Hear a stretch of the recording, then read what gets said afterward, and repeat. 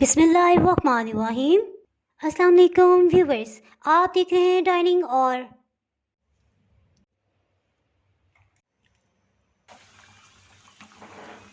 जी रमज़ानुल मुबारक की रेसिपीज़ का सिलसिला जारी है।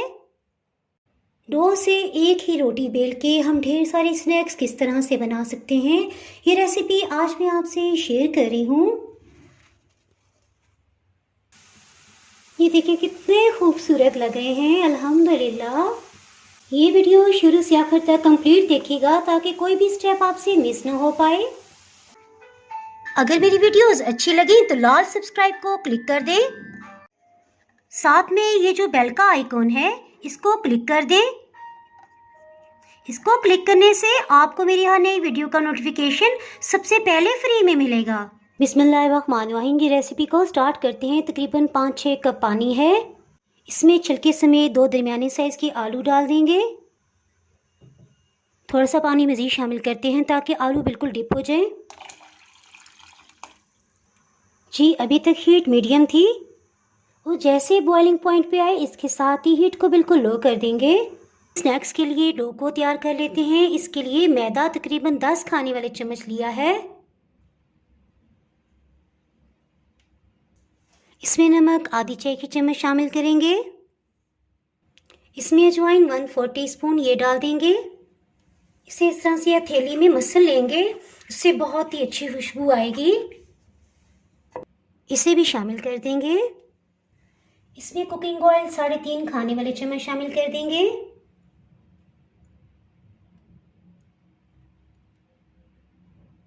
तीन और हाफ टेबल स्पून मज़ीद शामिल कर देंगे। इसे हाथों से अच्छी तरह से मिक्स करेंगे ताकि ऑयल सब मैदे में यकसा शामिल हो जाए। इस तरह से ऑयल की जो फुटकियाँ बन गई हैं उसे मसल लेंगे। इसके साथ ही रूम टेम्परेचर पे पानी थोड़ा थोड़ा करके शामिल करेंगे। पहले मैं आधे कप से थोड़ा कम पानी डालूंगी। इसे अच्छी तरह से मिक्स कर लेंगे। एकदम से पानी ज़्यादा नहीं डालेंगे ताकि डो ढीली ना हो जाए।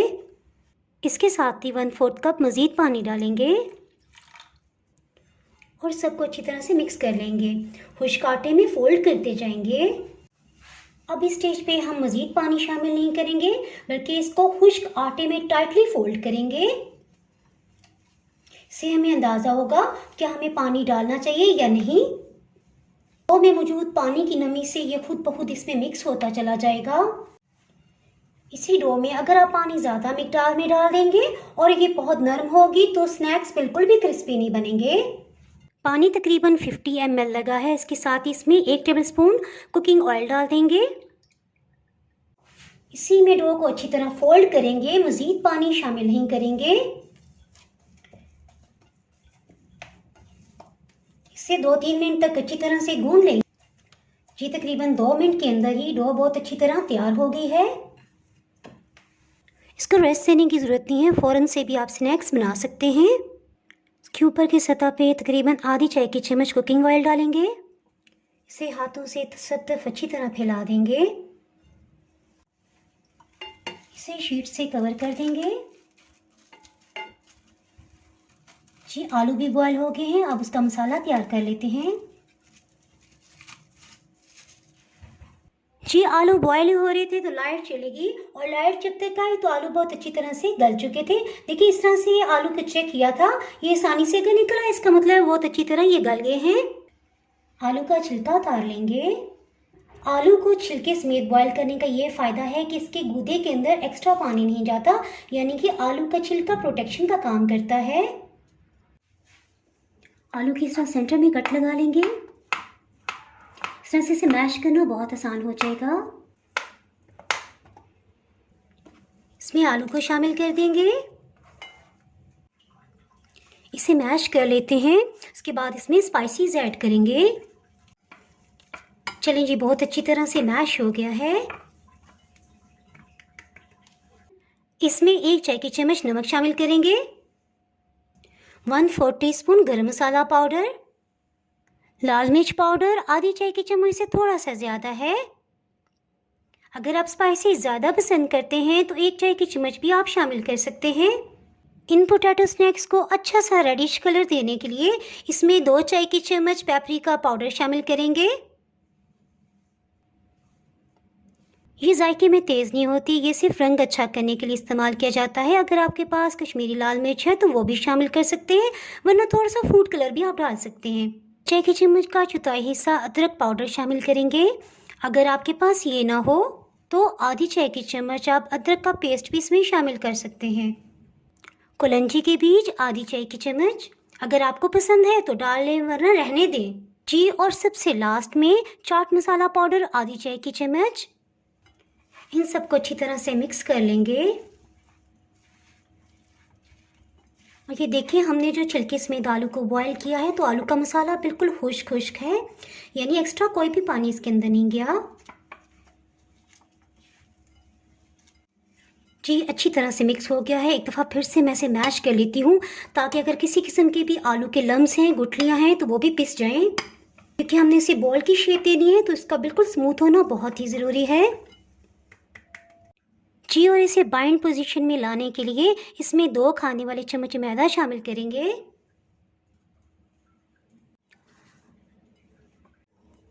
आपको याद है कि मैंने इससे पहले पोटैटो की रेसिपी भी अपलोड की हुई है, पोटैटो स्माइलीज के नाम से। उसमें भी इसी तरह से हमने बेसन शामिल किया था। ये देखिए मसाला कितना खुश्क खुश्क है। बस अब हम इसे अच्छी तरह से मिक्स कर लेंगे कि बेसन के कहीं पे भी लम्स ना रहे, अच्छी तरह से मिक्सअप हो जाए। चलें जी, ये तो कंप्लीट हो गया। इसके साथ ही इसे साइड पे करते हैं और रोटी को बेल लेते हैं। बिस्मिल्लाहिर्रहमानिर्रहीम जी। रोटी बेलना स्टार्ट करते हैं। आधी चाय की चम्मच इसमें मैदा डस्ट कर देंगे। डो को ले लेंगे, इसका हम बड़ा सा एक ही पेड़ा बनाएंगे।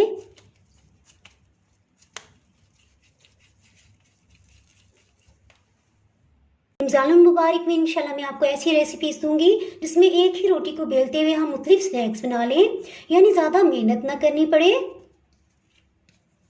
रोटी की तरह से इसे बेल लेंगे।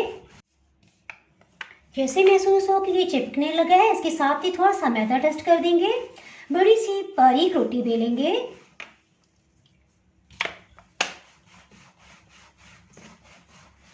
जी अल्हम्दुलिल्लाह तकरीबन 37 सेंटीमीटर्स की बड़ी सी रोटी बेली गई है। ये मैट मेरी बहुत ही प्यारी फ्रेंड ने मुझे गिफ्ट किया है और मुझे बहुत ही वो अजीज़ हैं। समोसा शीट्स बनाते हुए जब मैंने कटर से यूं काटा तो इसमें छोटा सा कट लग गया। सो अब मैं एहतियातन इसे कटिंग बोर्ड पे डाल के काटूंगी।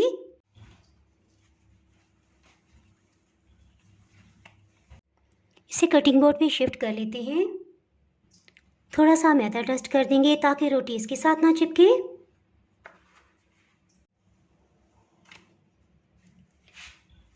चलिए इसे कटिंग कर लेते हैं। हल्का सा बेलन फिर से इस पे चला लेंगे ताकि स्मूथ हो जाए। यहाँ से निशान लगा लेंगे ताकि बिल्कुल सही कटे।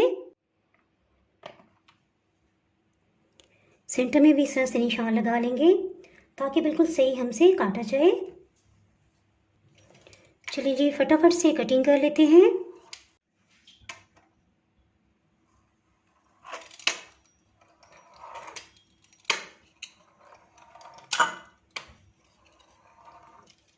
चलिए जी इस तरह से हमने कटिंग कर लिया है। पीसीस को हटा लेंगे, इसे नमक पारे की तरह फ्राई कर लेंगे। ये देखिए इस तरह से कट लगा लेंगे, चारों कोनों पे कट लगाएंगे। सेंटर का एरिया छोड़ेंगे जिसमें हमने पोटैटो बॉल को रखना है। इसी तरह से सब पे कट लगा लेंगे।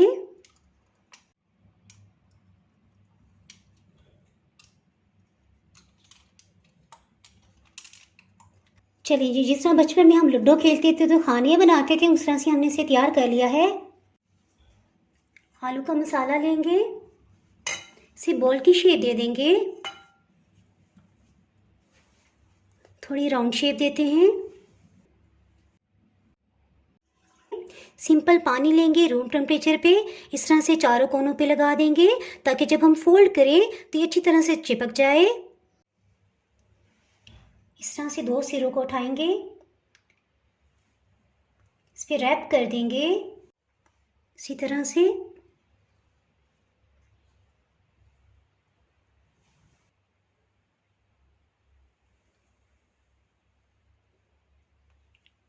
जी लास्ट में इसको उठाएंगे। देखिए कितना आसान है।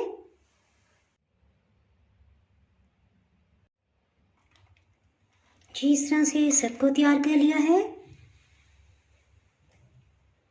को बनाते हुए हर दफ़ा मैं ऑयल को साफ़ करती हूँ। इसको किस तरह से प्योरीफाई किया जा सकता है इसकी रेसिपी ऑलरेडी पहले मैं अपलोड कर चुकी हूँ। अगर आप इससे मतलब जानना चाहते हैं तो इसका लिंक मैं डिस्क्रिप्शन में दे दूँगी, आप वहाँ से देख सकते हैं। जिनको मज़ीद खूबसूरत बनाने के लिए एक तरीका अख्तियार करते हैं। तकरीबन 2 टेबलस्पून पानी लिया है, इसमें आधी चाय की चम्मच मैदा शामिल कर देंगे, अच्छी तरह से मिक्स करेंगे। देखिए इस तरह से थोड़ा सा मैदा मज़ीद शामिल करेंगे, तकरीबन 1/4 टीस्पून। इसे मिक्स कर लेते हैं। जी बस हमें इस तरह से ही चाहिए था। देखिए इस तरह से गाढ़ा है।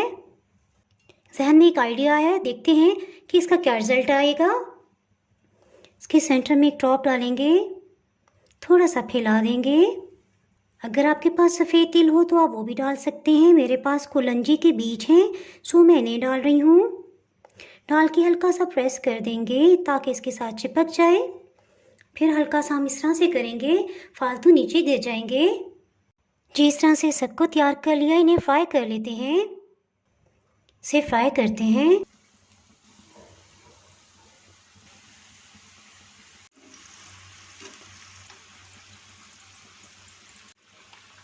मीडियम हीट में फ्राई होते तकरीबन 2 मिनट हो चुके हैं। फिर से इसे टर्न कर लेंगे। अल्हम्दुलिल्लाह हमारा तजुर्बा कामयाब हो गया। आलू के मसाले में जो बेसन मिक्स किया है इसकी वजह से बिल्कुल भी मसाला बाहर नहीं निकला। आपने ये स्नैक्स ज़रूर ट्राई करने हैं और फिर मुझे कमेंट सेक्शन में बताइएगा कि आपसे कैसे बने हैं। इंशाल्लाह आपकी सब फैमिली हैरान हो जाएगी जब वो इन स्नैक्स को देखेंगे। चलिए जी, जिन जिन पे गोल्डन कलर आ गया इन्हें निकालते जाते हैं ताकि ऑयल भी इसका साथ साथ ड्रेन होता जाए।